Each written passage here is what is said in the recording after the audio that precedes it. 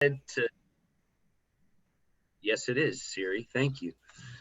We're super excited to have you all here. We've got a few more people that are logging on. So excited to start off our winemaker series with Sam from Idlewild Wines. And give us just a couple minutes. We'll let the latecomers join in, and we'll go ahead and get started. Happy Wednesday. Welcome. Great to have you. And get ready with wine number one, which will be the white blend. So don't wait for us. Go ahead and get it into your glass. Go ahead and start smelling it, getting into it, and get ready for some fun. Sam, thanks for being here. And again, just a couple minutes, we'll get started. Happy Wednesday. Aaliyah, also great to have you back. We've missed you the last couple weeks since you've been out. And thank you, as always, for an amazing slide deck. And I can't wait to get into these wines. Yeah. Great to see everybody here. Monica, Tom, Samantha, Lauren, Natalie, Fermented team, Stacy. I think the Dawes are on here somewhere, although they might be on another name. We're going to give it just a couple more minutes and get started. It's 7:05. So just hang tight and get some of this delicious white into your glass. We're going to start with the Flora Fauna white, then the rosé, then the red, and then the Nebbiolo. Sam, I got to say, I love when I put all these wines together, the beautiful color transition that happens when you're going from the white to the rosé to the red to the Nebbiolo, the red blend. Like, it's just the perfect shade transition of those reds from the rosé to the red to the Nebbiolo. I love that.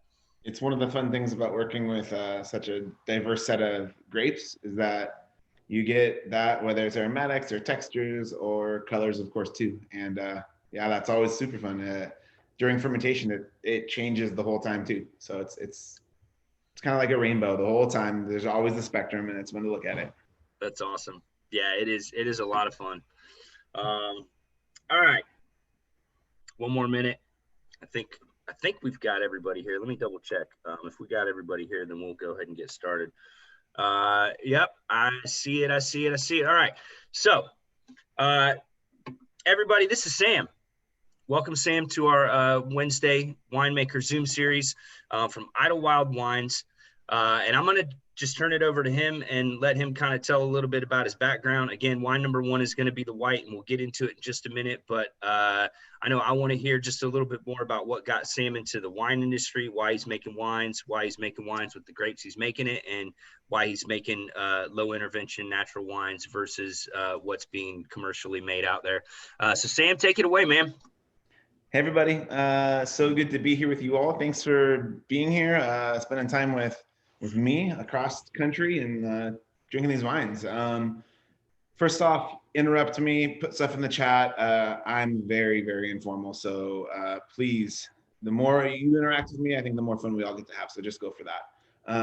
I'll just jump in right away to my background, who I am, where I come from, and why. I'm a fourth generation winemaker in Sonoma County. Let's see, my great grandpa immigrated from Italy, and during Prohibition was driving a barrel of wine on the back of a Model T down to North Beach in San Francisco to fill up jugs. And then, ran a little bar and hotel as well. And then that went to my great uncle, who kind of kept the family business going. And it was just kind of the wonderful Italian version of it, where it's like, the wine's not good, it's not bad, but it's good, let's drink it. It was that model of what wine was about. And it was more just this commodity that you got to have wine, you drink it, and that's how it goes. And then it was my dad who actually took it a bit further. He started a brand called Marietta Cellars in 1978 was his first vintage. And yeah, it was an awesome childhood of walking in vineyards with my dad during harvest, doing pump overs, which I'll explain what that means later for those who don't know. Well, he cooked dinner during harvest, or I would cook dinner as a 7-year-old while he did pump overs because he was working so much. We literally lived at this rustic blue collar winery. Whether at one point in the office, we had like just beds on the floor of the office and the lab of the winery was also our kitchen, or whether it was when we really moved up and parked the trailer out front, those were really fun days. It was like, we worked all the time with him and it was great. And so I think a lot of people from the outside see one side of the industry, which is, the big palatial looking estate. I came from the opposite. And to me, it's still that same ethos. The sweat is so much part of the joy. This is an agricultural product that is meant to make your food taste better and make you smile. And we should all be embracing it from that absolutely joyous perspective.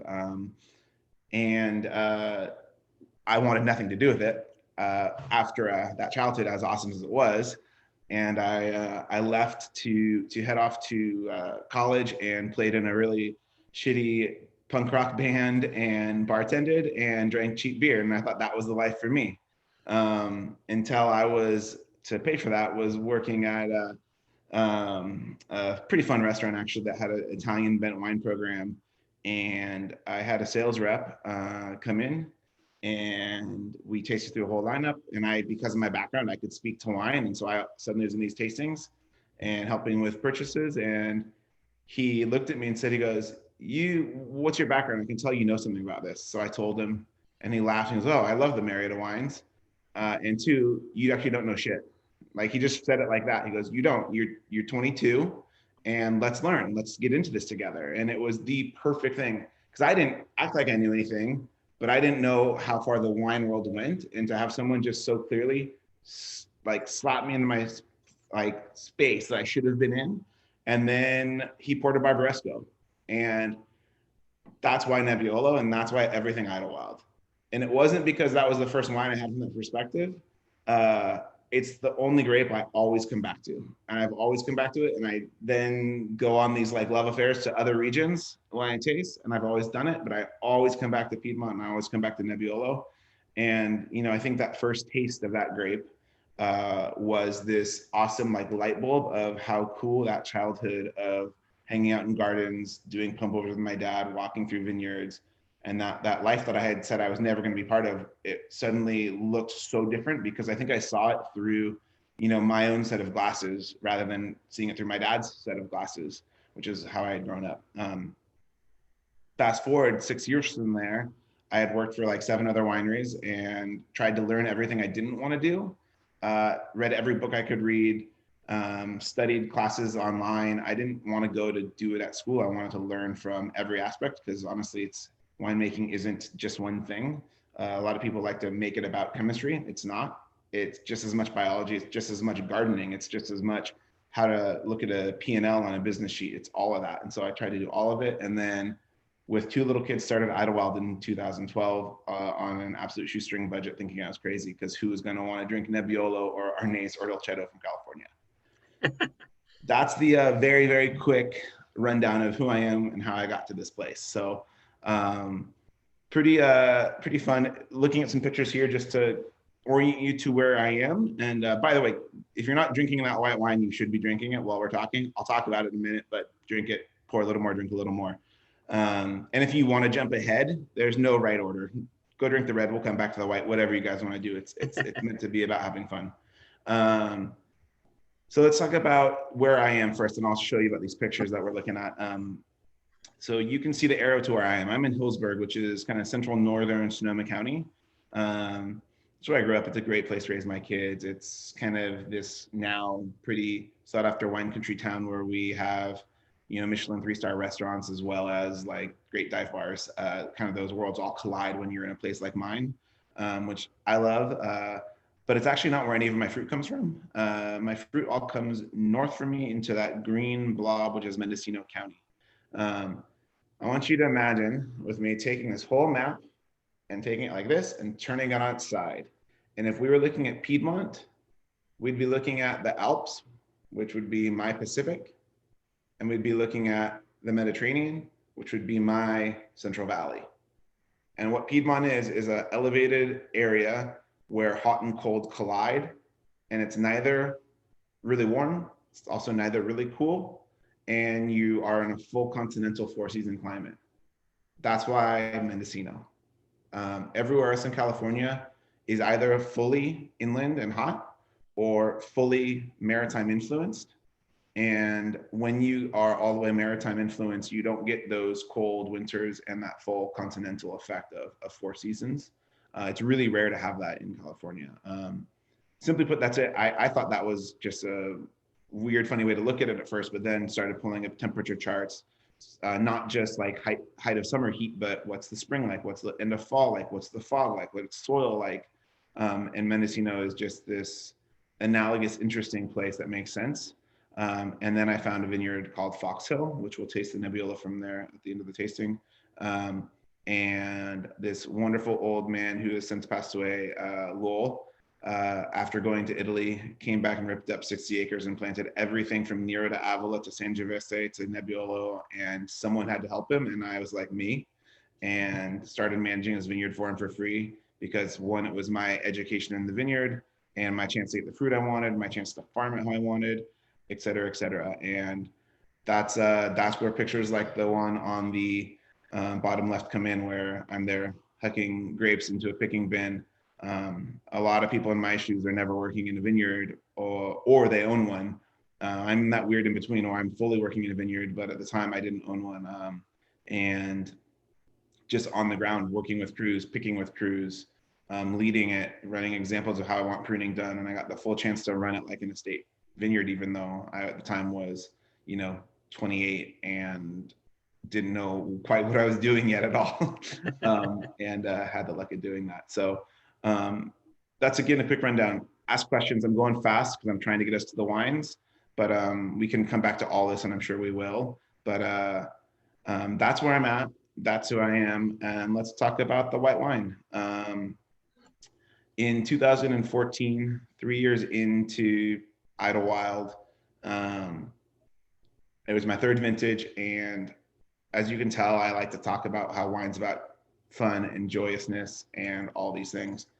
And what I realized was that I was pushing a rock up a hill to explain to everybody why Nebbiolo made sense here. Nebbiolo is a cerebral, pretty serious grape. It's a little less joyous in a lot of ways. That doesn't mean it's not joyful to drink, but it's inherently not exuberantly about joy. But Dolcetto is, and yet I had to explain Dolcetto every time.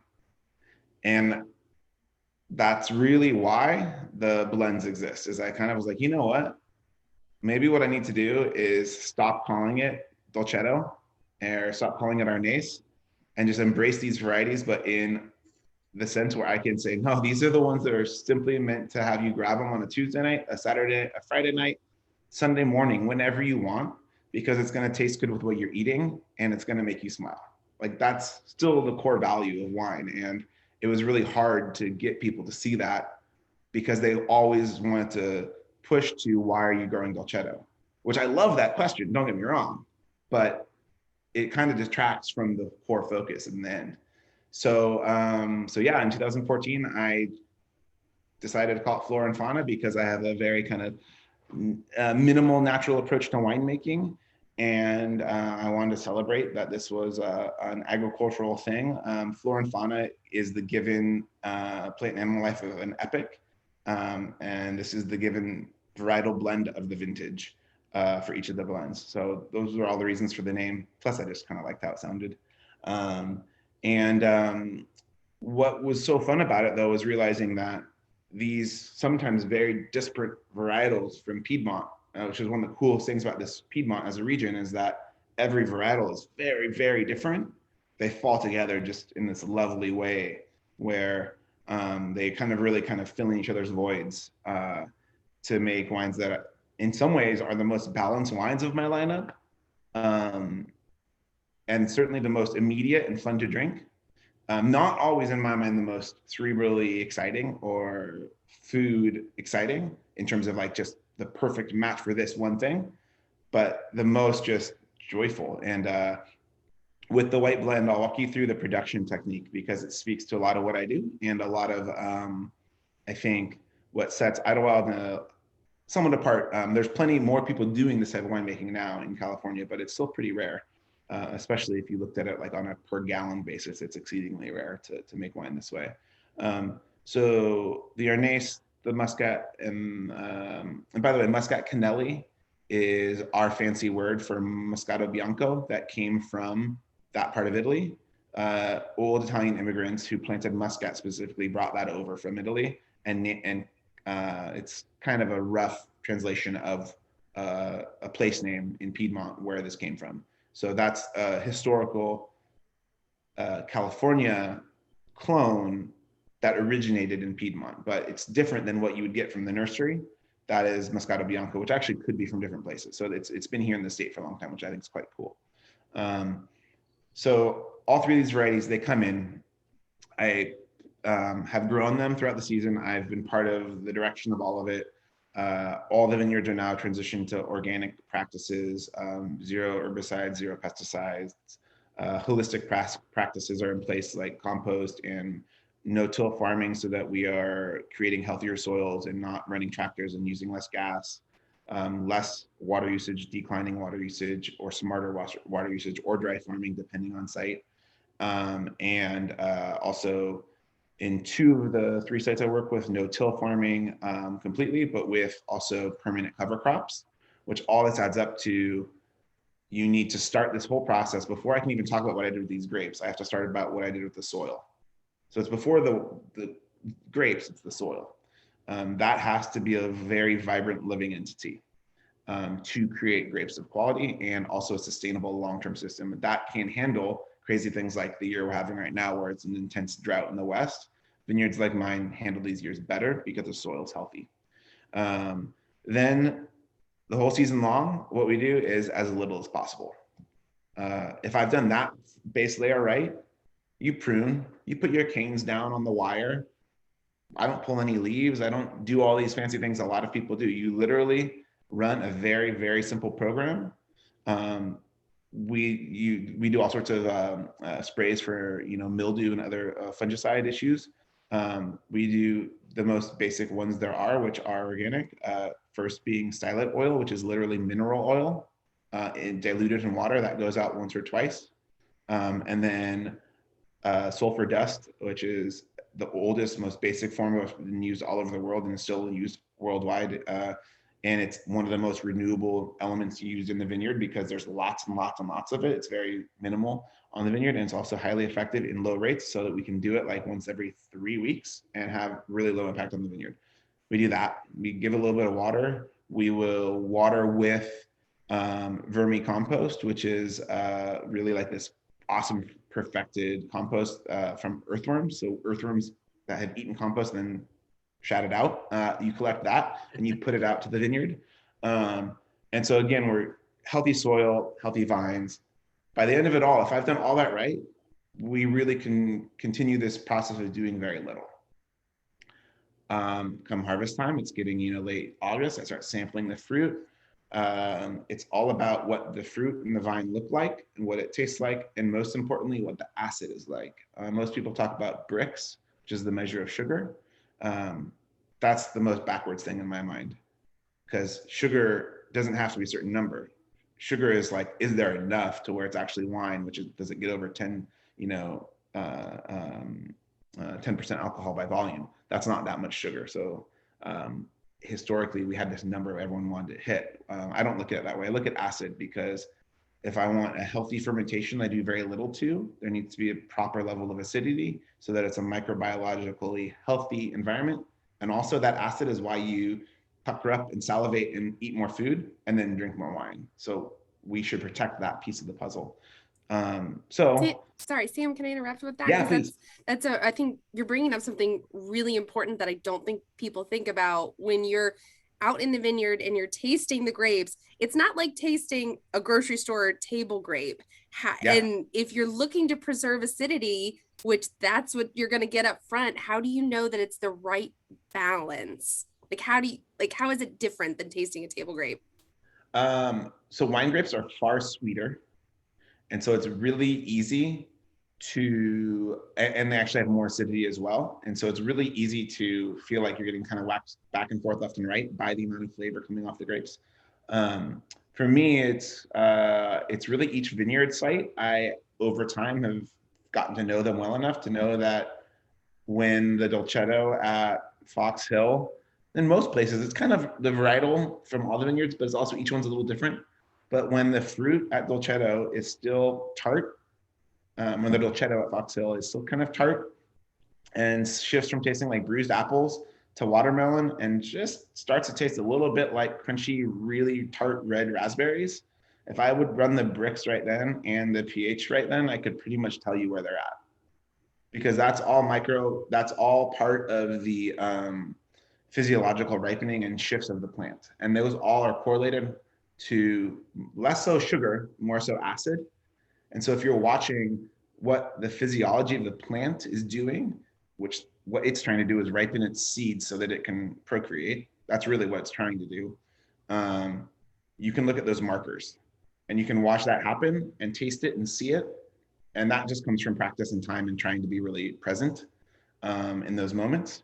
And then you kind of get close to that. So then I start looking at a pH meter and a refractometer, which is what measures the content of sugar. And you kind of dial that in. And then you go, yep, that's the moment, schedule it, pick it. Then that fruit comes to the winery. So far you can see there's been a lot of thought and there's been lots of preparation, but not much done, right? And this continues. This comes to the winery. Arnase gets picked. Usually with the Arnase, does it taste like cucumber water and like a little bit of jasmine tea? If it does, that's when you pick it. And it should be at that moment about 3.2 to 3.25 pH. And like you can just dial these things in from time. Like you just get to know your sites. Actually, at the Yorkville site should be about 3.15 pH. It's a little sooner that it gets there. And that's just how it works. And that's with that flavor spectrum and that shift in the vine that I'm looking for. And then if I've done all that right, the fruit comes to the winery, which is a co-op, by the way, of 4 friends, Rhyme Cellars, Leo Steen Wines, Ruth Lewandowski Wines, and Idlewild. I set it up in 2015. We all own some of the equipment. We all hang out together. We all play with our kids at the winery. It's very, very fun. And tell your friends that they need to come to Georgia too, because we get a lot of requests for those wineries to buy in Georgia from our customers, but we can't get them for them. Just a side note there. I'll give them the nudge. All right. So and I'm sure Carson with Reeve Gouch would be very happy if those came too. Sure she would too. Tell Megan and Ryan they need to come to Georgia. I will let them know. So we all hang out and live. I mean, we all live close to each other. My kids are best friends with Megan and Ryan from Rhyme Cellars Kids, and they've grown up together. And Harvest is kids on bicycles going nuts at the winery, very similar to how I grew up at the winery with my dad. And it's not a fancy place. It's an old mushroom farm turned funky warehouse winery. So the grapes come in and I put them in a press, which is this kind of fancy big cylindrical stainless steel machine. Really all it is an air bladder that inflates and squeezes the juice out. Sometimes you want a little more flavor. You just feel like you want a little bit. So you might tread those grapes up, like in the prior picture you saw with white grapes, and let them sit on those skins a little bit. Sometimes 24 hours, sometimes 2 hours. It's always this gut decision and this feeling. So that bottom picture, I'm actually treading Nebbiolo there, but I do it on white grapes sometimes too. And that's what you're gonna get from that is an extraction of flavor compounds from the skins into the juice, which will end up in your wine. That's really the first time I think I've talked about me having a say as a winemaker in this whole process. And it's a pretty small say if I've done everything right. And then it gets pressed, it goes into a tank, or in all these cases into a tank. Sometimes I'll put it into some wood vessel, which that's the second time I've talked about a winemaking impact out of all this.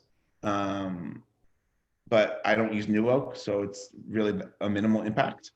And I don't add anything at this point. So most wineries at this point in the process, for those of you who don't know, will have already added a lot of sulfur and probably enzymes to break down the flavor compounds, probably a bunch of oak dust to bind color and to change flavor.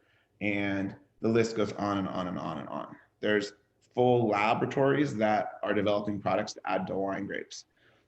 I'm not trying to say there's anything wrong with that, because honestly, I think everybody should do what the hell they want to do. But I think if you want a wine that's true to the vineyard, you're never going to have it with wine made in those ways. And that's up to you guys as consumers to decide what you want to drink. I personally think these wines taste truer to a site, truer to a place, and make you feel better and more enlivened, especially with your food. So that's all the rationale for why I do it. Amen. We preach that every day at Fermented. Exactly. And then they naturally start fermenting. So if you guys want to like know the easiest way to like know why things just start fermenting on their own, if you went like this and rubbed your arm and went like this under a microscope, you'd have probably millions of yeast cells on your hand. We all do. We all have bacteria and yeast all over us all the time in symbiosis. Oak trees host loads of really good yeast cells, and there's oaks all over out here. And once you've fermented in a facility long enough, those yeast cells will then go dormant and keep living in that facility. And so the first ferment of the year is always like the one that's scary, because you're like, ooh, when's it going to start? When's it going to start? And like, sometimes it doesn't smell that good on the very top layer of it. Really what you do then is you just take some carbon dioxide and you roll your tank around so that any potential mold spores or bad spores can't go in, because again, the pH is low enough. That was a big impact of the right picking decision, where all those bad things aren't going to live inside that solution. And at some point in time, sometimes one day, sometimes an hour, sometimes 5 days, I don't get to decide, it starts to ferment all on its own. And that's just that population of the good yeast cells, which is a strain of yeast called Saccharomyces, build up and take off. And when you do it naturally like this, you have a huge diverse selection of what yeasts are there. And sometimes they're Saccharomyces, sometimes they're other things. Saccharomyces is the dominant and always wins. And usually in a native ferment like this, you don't have one Saccharomyces strain, you have like 30. And that's the beauty of it, is you get more complex wines, you get more resilient wines in terms of how they age. It's just the power of diversity on all fronts, speaking up there. And from there, it ferments. I might do a little stuff along the way, like getting some air into it, because yeast like air. You might move it once or twice because you need to. And then it goes down into some old barrels where the same thing happens with bacteria to convert the secondary fermentation, which is malic acid to lactic acid. We can get into that more if we want, but it's just another process to get to stability. At that point, I wait 2 to 3 to 4 weeks until the wine's really settling out. And then I add a very small rate of sulfur, because I like what sulfur does into wine. Some people don't, and that's okay. As long as we're using sulfur very judiciously, I think it's a really honest practice. All it really does is, do you want your wine to be like kind of upright and linear, or do you want it to be more open and expressive across all fronts? One of my best friends who I work with, Evan, with Ruth Lewandowski Wines, that's the only difference we have, and that's exactly the difference in our wines. His wines are like all on display for you. My wines tend to be more linear and pointed and about food. And if I wait and I let it all settle out, I can use less sulfur and have a more effective take into the wine. So I can use a extremely low total amount of sulfur. Then a few months later, it goes into a bottle, and that's the entire process. So that took me a while to explain, but I think you can see, like, mostly you don't do a lot other than set things up right and then try to get out of the way. And that's just the process of learning that cycle and getting it right. And then you have to jump in once in a while because something wants to slip a little to the left or a little to the right, and you got to help it out, but you shouldn't have to do too much. So Ben asked, why did I let it go through secondary? Because if I don't let it go through secondary, I need to use a lot more sulfur. I need to use potentially other things like to inhibit, whether that's temperature or sulfur, or there's lots of slew of things you can use to inhibit that secondary fermentation. I don't want to use all that stuff. So if I pick it right, I'm getting the right end texture and feeling where there's still like tons of acidity. And the thing I love too is malic acid, which is the one that we're switching with secondary fermentation. Malic acid tastes kind of like poppy, like apple, and lactic acid, yes, tastes like a dairy product, like butter. But if you think about how much, this is where this gets kind of really interesting to me. If you're picking really, really early in the process, and you're picking for pH and you're picking with lots of acidity, the most dominant strain of acid is actually tartaric acid in grapes. So if you're picking early and holding on to good acidity, you're just getting lots of tartaric. So that little shift of malic, which is kind of poppy and appley, to lactic, isn't actually doing that much. What you're really just getting is that core of tartaric acid. So I think wines that you notice a lot of that buttery component or a lot of that malic component, they're actually lower acid wines that have been made to be one of those two ways. When you're picking for this kind of linear mouthfeel with good acidity, with some texture and all those things at once, they're usually made in this way. And that's just my preference. Everyone liking the white wine, working well? Sam, Absolutely. Love it. I've never had anybody explain that well. Like that makes so much sense. So much better than any textbook. Like that was awesome. That was a great description. Cool, thank you. It's funny, I didn't go to school. I said I read a lot of books. So a lot of this is, I think that's one of the lucky things I think that you guys get to see is when you learn from doing, like it's just this tactile sense of learning what these things feel like and speaking with your hands. And so it feels very second nature to share it. So thank you. What I love about this wine is I think most people might have read, I don't know about everyone tonight, but most people when they read Muscat, they go, oh, gross, sweet. That's exactly why I wanted Muscat to be one of the dominant varieties, because someone's got to sing for the underdogs. And aromatic whites are awesome and they're hugely underrated. And I think aromatic whites have been most of the time made very, very poorly because people are like, oh, it's an aromatic white, so let me maximize that. I don't have to even try to get this to taste muscatty. It's going to taste muscatty no matter what I do when I pick it. It smells like orange blossoms in those rows in the middle of July. So it doesn't need me to push on that. So yes, Gewürz till it hurts is Alex. So I think that's the fun of this wine to me, is really challenging that notion of what is aromatic white. Let's jump to the rosé. Hopefully it's in the glass, or if it's not, I'll just start talking and get it in your glass. I love rosé. I think rosé has been largely screwed up by mass production left and right for years and years and years. And I'm really worried that that's going to happen now that there's every winery's making rosé, and a lot of them for the wrong reasons and the wrong ways. But I do think there are enough of us who are making rosés in a really serious, food-friendly, ageable way, which I'm going to get to ageable in a second, that I think the dynamic of how the US sees rosé might finally change. So this is a weird blend. It's especially weird considering all three of these are picked at the same time on the same day and co-fermented. Nebbiolo ripens about a month to a month and a half later than Dolcetto for red wine. So let's translate that to what it means when I pick it. It means Nebbiolo tastes horrible when I pick it. It tastes so astringent and hard. It's like eating like the most underripe grapes you've ever tasted in your life. They're just turned color. But it doesn't matter. I'm not making Nebbiolo rosé. I'm not making Dolcetto rosé, which is getting pretty ripe at that point in time. I'm not making Barbera rosé. It's just juice. And so it's really about the pieces and what they do when they come together. And what you get when all three of them come together is a much more diverse spectrum of flavor and components. And you get Nebbiolo, which is like linear, acid, drive, kind of just racy minerality. You get Dolcetto, which is kind of soft and floral and just a bit before red wine. And I think it's that kind of really prettiness to this wine. And then the Barbera is like the zingy fruit right in the middle. And that savory tone is really the Nebbiolo. And having all that together, way more interesting. I don't have to talk about the production on this again because it was everything I just told you guys in the white wine. There's no difference in how I make this, other than that I actually like to give the rosé lots of air, because I think the rosé, when you give it air, you blow off all those really high-toned, poppy, like primary fruit notes, which a lot of people love to have in rosé. But those are exactly why most people think rosé is meant to have on the porch and for no other reason. And those break down really fast as soon as you open the bottle. If I break them down in the winemaking process, I get a healthier fermentation because I'm giving it lots of air. But I also get this more savory tone in the wine.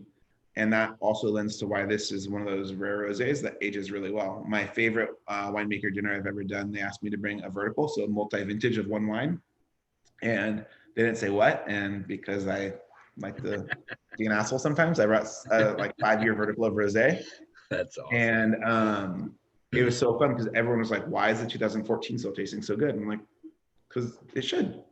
Like, this whole notion that rosé should only be drank in spring and summer of the year it was bottled is BS.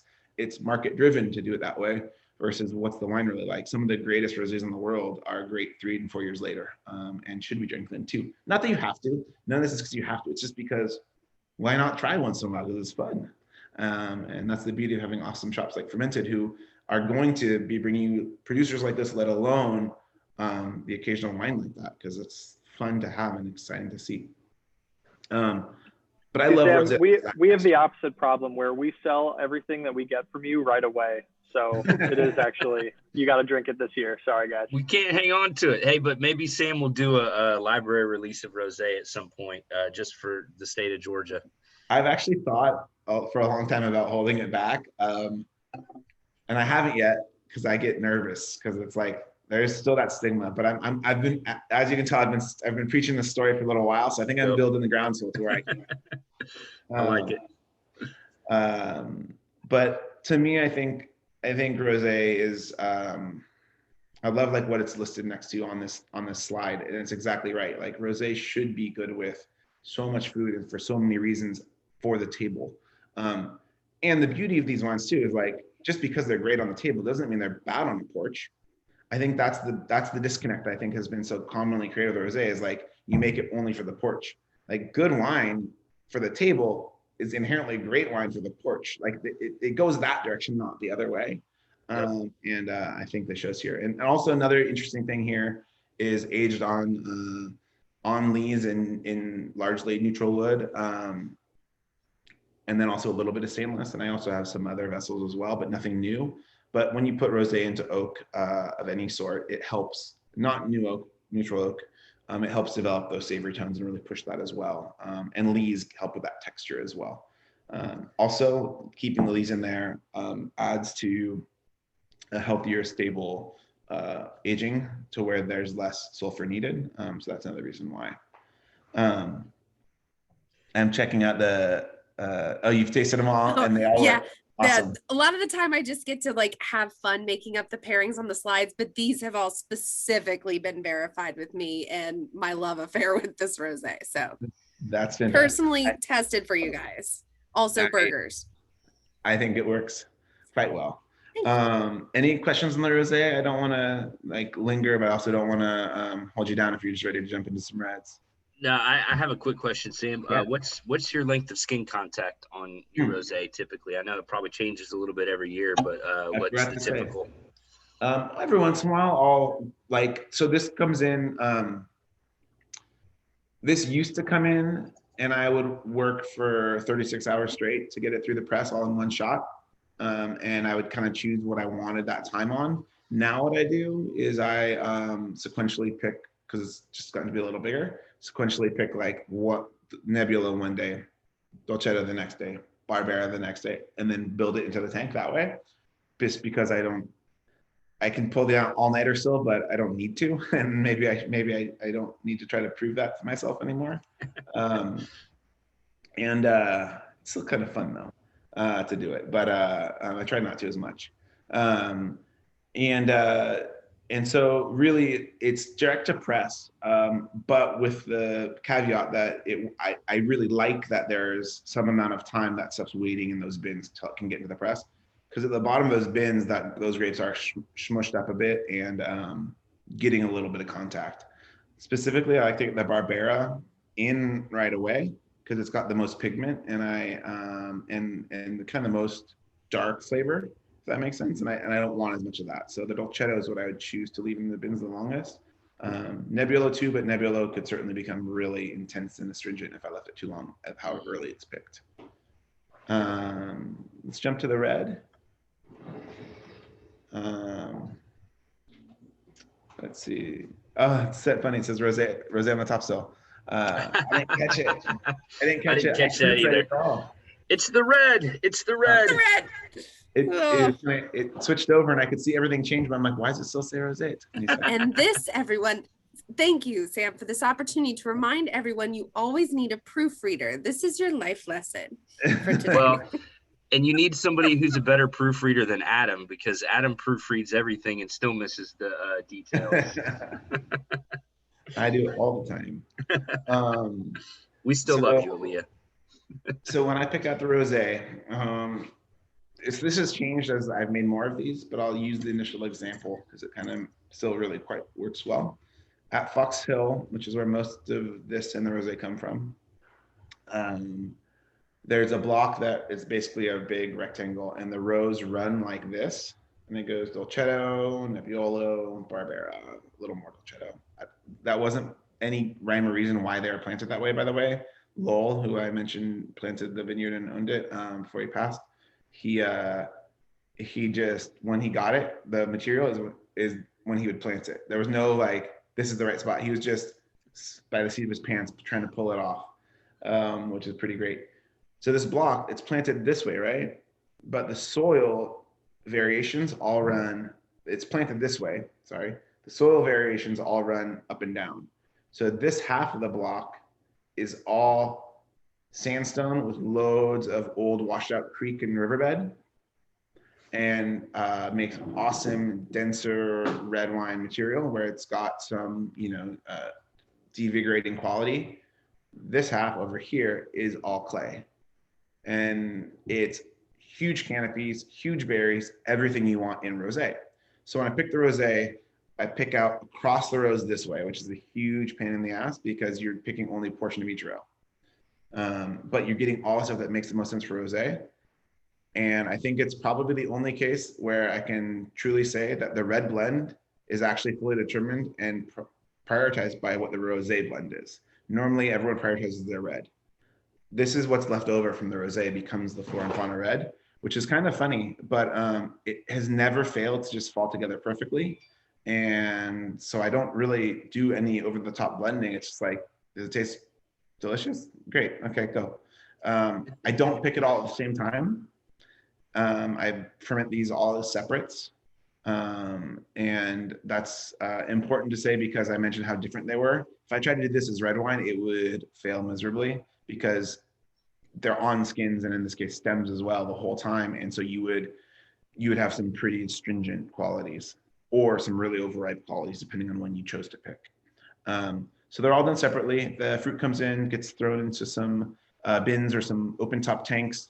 Again, nothing's added. They're lightly treaded up a little bit because you need some juice in there to keep a healthy environment unless you're doing a true carbonic maceration. For those who don't know, carbonic maceration is an enzymatic action that happens inside the berries of unbroken clusters and berries. So usually the best way to do it is you would seal up a tank full of whole clusters, gas it with CO2, and then let that happen in an inert, stable environment. And the enzymatic breakdown, what it does is it gives this really high-toned, fruity, fruit punchy, poppy lift. It's a lovely quality. One of the main reasons I love to use whole cluster is inherently some of those clusters are not going to get foot trodden by me because I can't physically tread them all. And so you always are going to get a little bit of that carbonic influence. And that's really what differentiates the red blend, besides the aging, to the varietals, is the amount of carbonic maceration, the amount of treading. The blend is less tread so that it stays bright, joyful, juicy, forward in those ways. And it's also the spots of the vineyard that are best suited to this versus maybe the most serious pieces for the varietals. So this, in terms of production, grapes go into those bins, lightly tread, nothing happens, nothing added. Every day I pump it over a little bit or tread it up a little bit more. A pump over is taking the juice from the bottom of the tank and putting it over the top. And that keeps any potential bad bugs growing on the top from being able to live. At that point in the time, that's really why you're doing it. And once that fermentation starts going, then you start doing that a couple times a day. You might tread it up a little bit more. Every year's a little different, which is what feels right in those ways. You might only pump over, you might only punch down. Again, every year just dictates, and that's gut feeling with what feels right and looks right, tastes right along the way. and then it's pressed usually a little before it's dry. It finishes in either steel or in barrel, and then it goes to old neutral barrels for 4 to 5 months, and then it's bottled. Again, the sulfur goes in after about a month after settling, so I can use less. That's it. So this is, again, just grapes grown in that way.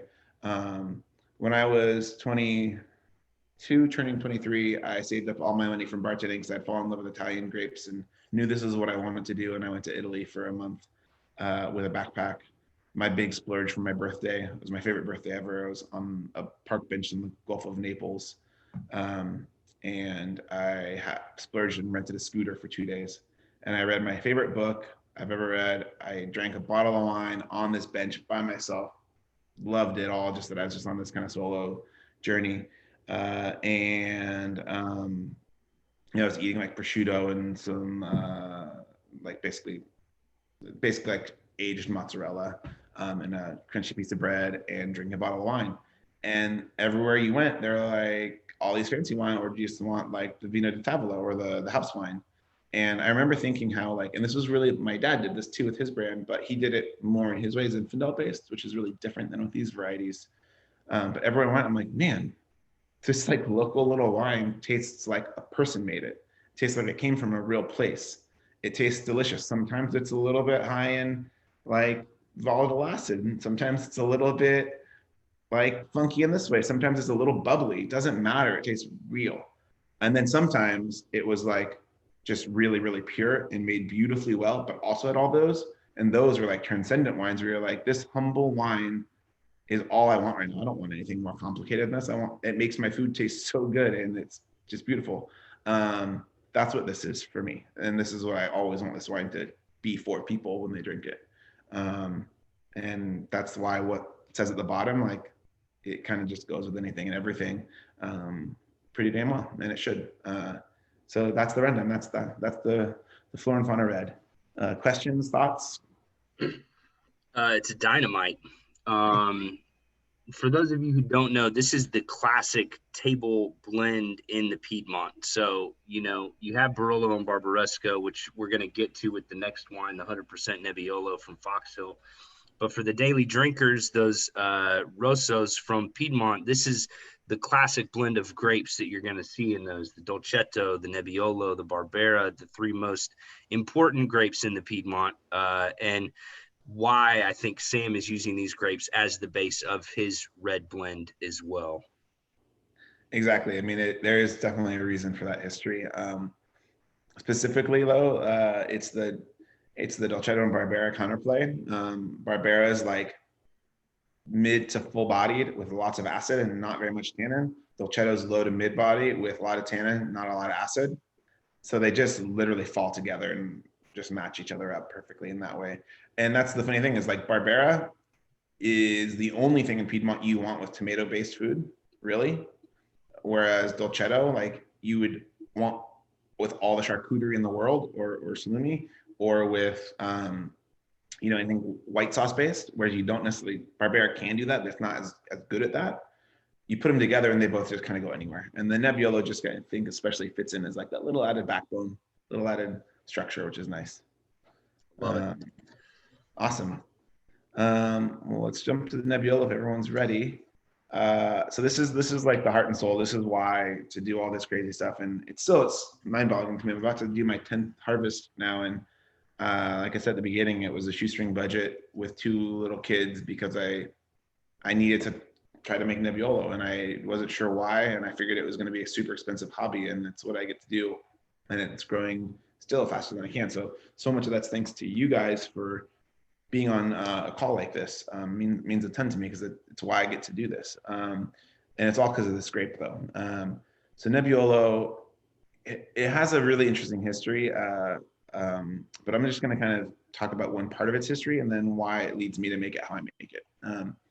There was an era in the early 80s when they called it the Barolo Wars, and it's when kind of the modernist style of winemaking, which was actually really important for certain reasons, came in to basically kick out the traditional side of winemaking in that region. And people were like livid with each other depending on what side of that they saw. There are stories of like the young kid coming in and chainsawing his dad's old botti. Botti are these huge like barrels. They hold anywhere from 1,000 hectoliters to 100 hectoliters. So they're really or liters, sorry, not hectoliters. So they're just really large wooden vessels. Like just fights within families and really different opinions. What became of that for the next long while was a modernization. Some of it really good because cellars got cleaned up. Some good modern viewpoints were seen, but we lost a lot of the traditional side of the grapes and of Nebbiolo in those regions for certain producers. And for me, what happened was they always have said that Nebbiolo, if you ever read anything about Nebbiolo, you're going to read roses and tar, grace and power. That's why it's called Idlewild. It's an Americana word, but it's that feeling of the two opposites that fit together. What happened with modernization, in my perspective, is the order reversed, and it became tar and roses, power and grace. And I don't think that works. I think that what you lose is you lose any of the grace. You can't find the grace anymore.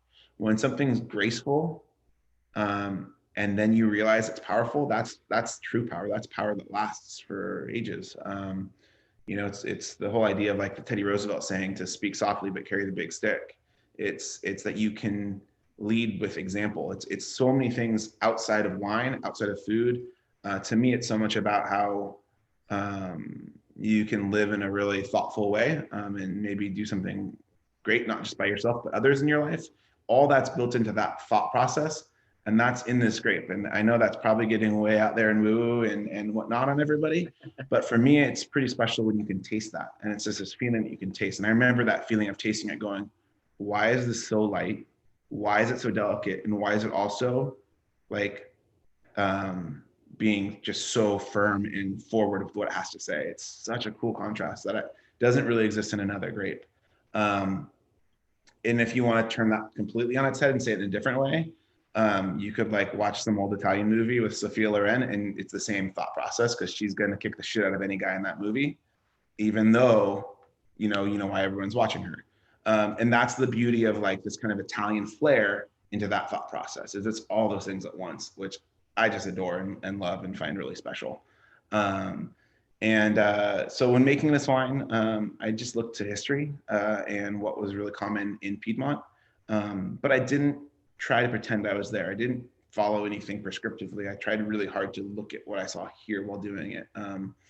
It's not all that common to be fermented on stems in Italy anymore, although it once was really common. But I love stems. I think stems add some really great spice to the flavor profile. This stays in a very, very long maceration. So it is whole cluster pressed, by the way. It says that in the notes. But that's funny because that's actually after that long 90-day maceration. This is fermented whole cluster, stays on skins and stems for 90 days, which is a long time to wait. And through that process, what you're doing is you're extracting more and more and more and more from those skins and stems. Most fermentations, for reference, guys, take 7 to 14 days. We're talking 90 days. This is done fermenting and it's staying on skins. And so to make that not turn soured, you actually need to then press the skins and stems and all that down and fill the vessel to the top and seal it. And then you just keep on tasting, which is a huge pain in the ass because there's dissolved carbon dioxide from that fermentation still in there. So it spits out the top, it tries to push out, it just makes a mess every day. You're cleaning it up. But it's all for the labor of love to get to where you get to, which is over time. I'll get geeky really quick. Not that I haven't been geeky this whole time, but as you are aging for this long, what's really coming out with tannin coming out of those skins and stems and seeds too, is just molecules. It's polymer chains. So imagine like you've all heard the word polymer chains, and it's molecules that link, right? So what happens is as those molecules link, they link up and get bigger and bigger and bigger. They do one of two things, which is that they either change shape and become soft to your palate, or they get long enough, they fall out of solution. That's different with every grape, with every vineyard, of how this all works. I can't tell you exactly what it is because I don't know that and I don't look at it under a microscope. I just go by taste. But those link up. Along the way, it gets horrible. It tastes bitter as all hell. You wouldn't want to taste it. And then one day you walk in and it's quiet and perfect. And then you press it. And it's usually around 90 days. It's been 60, it's been 120. I just say 90 because it's easier to say. But it's about that long. And you wait for that shift.